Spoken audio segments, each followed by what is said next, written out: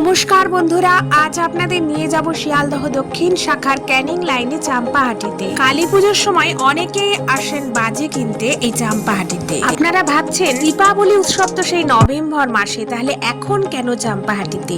না, আমরা বাজি কিনতে নয়, আমরা এসেছি রথ কিনতে। দক্ষিণ চব্বিশ পরগনার এই চাম্পাহাটি বাজি শিল্প বা বাজি কারখানার জন্য সুপরিচিত হলেও এখানে যে রথ তৈরির কারখানাও আছে সেখানেই নিয়ে এসেছি আপনাদের। সামনেই রথযাত্রা, পুরীতে জগন্নাথ দেব, বলরাম ও সুভদ্রার জন্য রথ প্রস্তুত। সমুদ্রে ভেসে আসা নিমকাঠ দিয়ে যার নির্মাণ শুরু হয় অক্ষয় তৃতীয়া থেকে। এখানে তেমন ভাবে না হলেও রথযাত্রা উপলক্ষে আমাদের এখানে অলিতে গলিতে রাস্তায় ছোটরা যে রথ নিয়ে বেরোয়, সেই একতলা, দুতলা, তিনতলা, ছোট থেকে মাঝারি উচ্চতার বা একটু বড় রথও এখানে তৈরি হয়।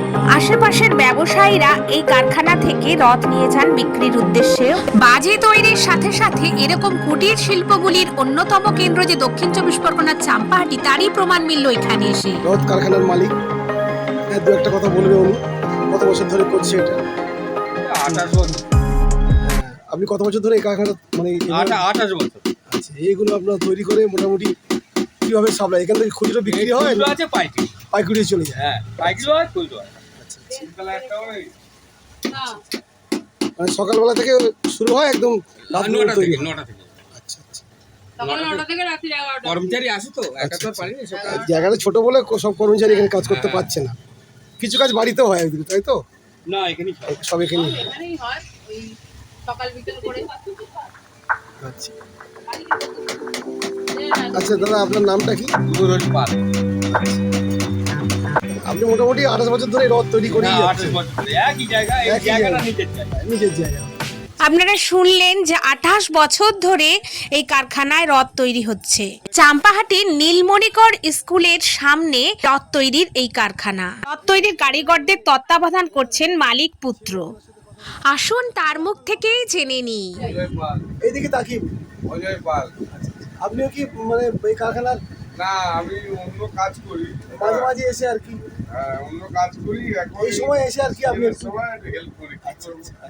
যেহেতু সারা বছর কাজ হয় না, হ্যাঁ।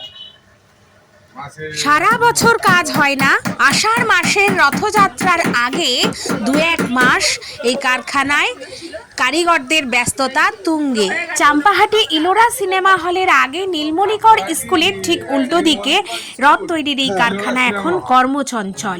আসন্ন রথযাত্রা উপলক্ষে বন্ধুদের জানাই অনেক শুভেচ্ছা। পুরীতে জগন্নাথ দেব, তার ভ্রাতা বলভদ্র এবং ভগিনী সুভদ্রা দেবী আলাদা আলাদা রথে অবস্থান করলেও এই রথগুলিতে কিন্তু 3 ভাই বোন একসাথেই চড়বে।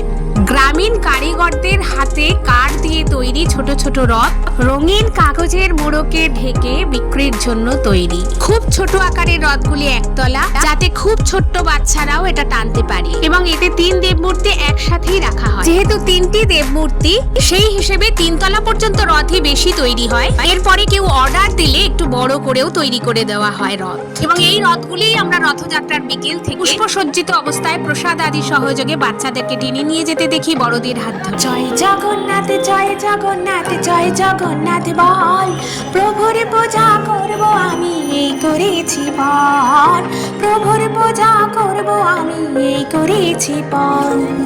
প্রভুর আশীর্বাদে শুভ রথযাত্রা সবার মঙ্গলময় হয়ে উঠুক।